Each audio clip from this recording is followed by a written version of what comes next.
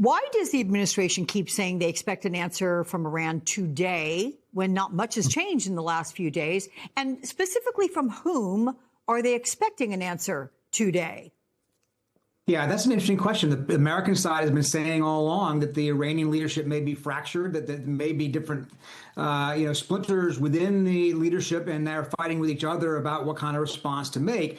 If that's the case, it makes it harder to make a deal, of course, if you don't know that you have a unified leadership on the other side of the table. We don't really know that at this point. But you're right to say that they keep telling us they're ready for an answer any day now. The president told us, I think, middle of last week it would be within 48 hours. It hasn't been within 48 hours. And we don't know for sure what that means. As we were just talking about, does it mean that they're taking it very seriously, or do they think that they're waiting out Trump? I think that from the Iranian calculation, they don't think that they've lost this war. Right. And they don't feel the pressure to necessarily make the concessions that the president wants them to make. They see the same, polls that we're seeing. They understand that he has domestic pressures coming with the election on the horizon, that he wants to get this war over, and they may be stretching it out in order to maximize their negotiating position. So, Michael, that point right there, that Iran doesn't think they've lost the war, is that why they're leaving the U.S. in suspense like this? They're leaving Trump hanging? And what can the administration expect in a deal if Iran is, in fact, slow rolling this process? Well, there's a good reason why they don't think they lost the war, because the Secretary of State or the National Security Advisor, depending on which hat he was wearing, at the White House a few days ago said epic fury is over. He declared the war over. I think we've forgotten that fact.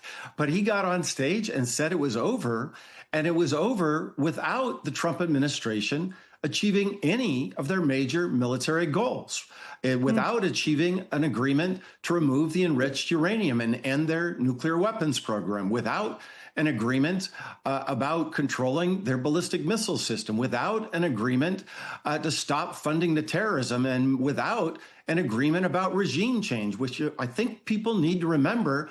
That's what President Trump said was part of the reason to go to war when he announced the launch of Epic Fury several weeks ago. So if you're the Iranians and the Americans have already quit, you think you're in a pretty strong negotiating position. Now, the whole conversation, including our conversation right now, is about negotiating an opening of the strait.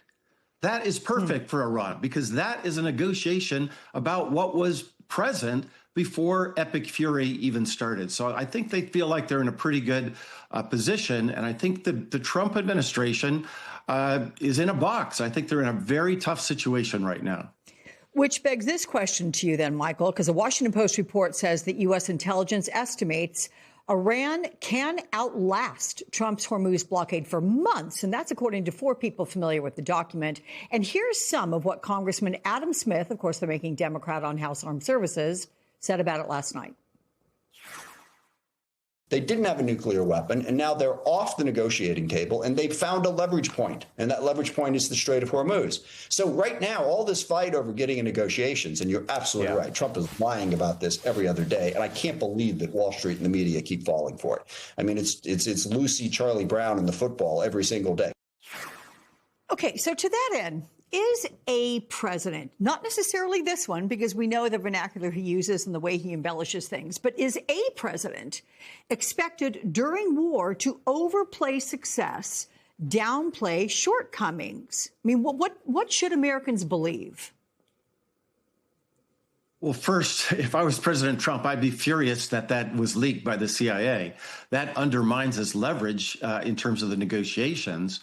But second, I think the president, the fundamental problem that I have with the way that he has conducted this war is he never brought the American people or the Senate or our NATO allies or the UN Security Council into the negotiations, into the discussions about why we needed this war in the first place. And as a result, it's been very difficult for him to explain how he's ending it, because we never have been told clearly why we needed the war in the first place. And the fact that we're not talking about ending nuclear weapons, that we're not talking about regime change, that we're not talking about constraints on the missiles, not talking about constraints on terrorist support, all the things that President Trump blamed my administration, the Obama administration, for doing. And that's why he had to tear up the Iran nuclear deal. That sets a very high bar for him for success. He has to do better than what we did. And so far, he is not achieving that goal. Peter, is the president, behind the scenes, is he frustrated with how effective Iran's approach has been and how much power Iran now appears to have, look, to some extent, as a result of the president's own war decisions? Yeah, he's certainly frustrated that this war hasn't been wrapped up. He expected it to be a much faster operation. Even in his own mind, I think the idea that it could be over even in days.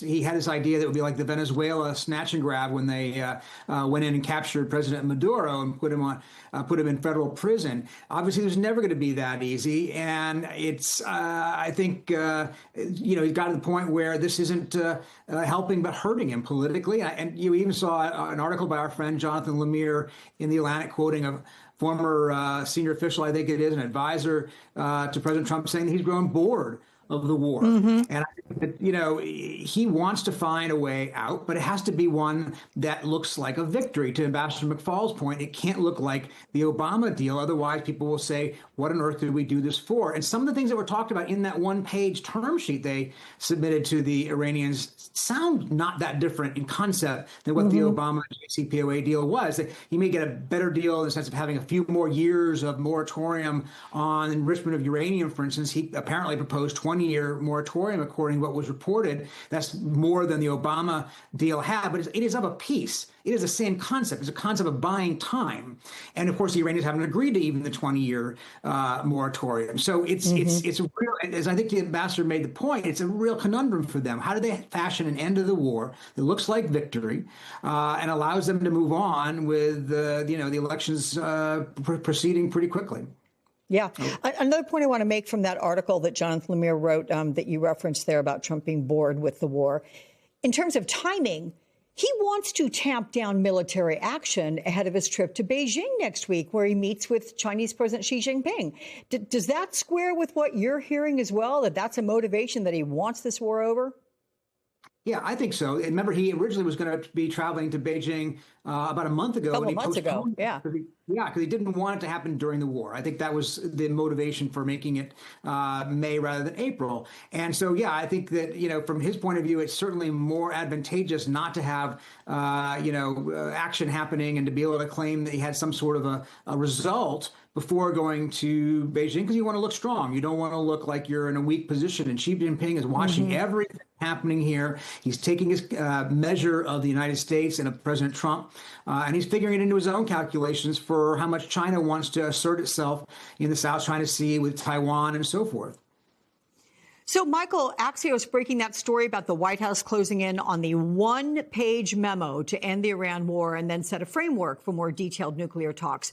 National Archives says the Iran nuclear deal that you're familiar with, the one in 2015, was 159 pages long. How unusual would a one-page memo be? It's not an agreement to end Iran's nuclear weapons program. Let's be crystal clear about that.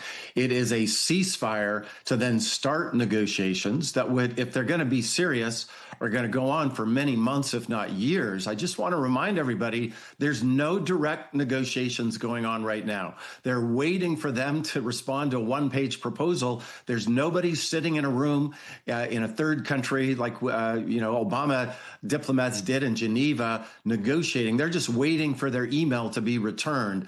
That will create the preconditions for a longer negotiation. But the dilemma for the Trump administration is if their one-page memo opens up the Strait of Hormuz, that eliminates all the coercive power that they have vis-a-vis the Iranians. That shifts the balance of power strongly to the Iranian side. And so I think that creates a real dilemma for the Trump administration, compounded by what you were just talking about with Peter.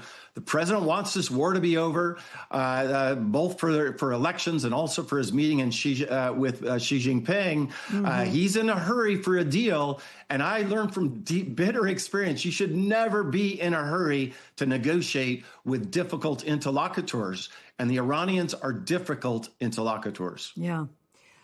Peter, and then there's the financial component here, because economist Justin Wolfer says that the Iran war is going to cost a lot more than the $25 billion Pete Hegseth has attributed to it so far. When you factor in cost to the economy, it's more likely to be $200 billion, with possibly another $400 billion in lost income. Goldman Sachs warns it could be nearly twice as bad. And then here's one more estimate. Take a listen. We know that we lost two C-130s during the rescue mission for our downed airmen in Iran. Those are like $110 million a copy. Plus, we've seen a lot of damage at just about every single base that we have in the Middle East. How's the White House viewing the cost of the war, and how are they planning to sell that to Congress and to voters? Well, that's a good question, and they have been, of course, underplaying the cost. As you pointed out, Secretary Hegseth really referred to the $25 billion price tag. That does seem low compared to what they said the original first few days were already stacking up. There's the depleted arsenals. There are the costs of rebuilding those bases. There's so many, the cost to consumers over the last 2 months in terms of higher gas prices. And then those gas prices aren't going to immediately come down like that just because the war is over. It's going to take a while. A lot of refineries, you and I think were on a program a week ago when somebody told us, right, that the refinery damage has been so substantial it could take months, if not years, to restore the capability that was there before the war. So, the president is hoping that, Congress will go along. He has obviously a Republican majority in both houses. So far, Congress has not done anything to stand up to him on this war. They have gone along with it, at least the Republican side. But he's asking for more money for the war. At the same time, he's asking for a huge increase in overall Pentagon spending, $400 billion more just for ordinary operations and expansion of weapons and capabilities and so forth, separate from this particular conflict.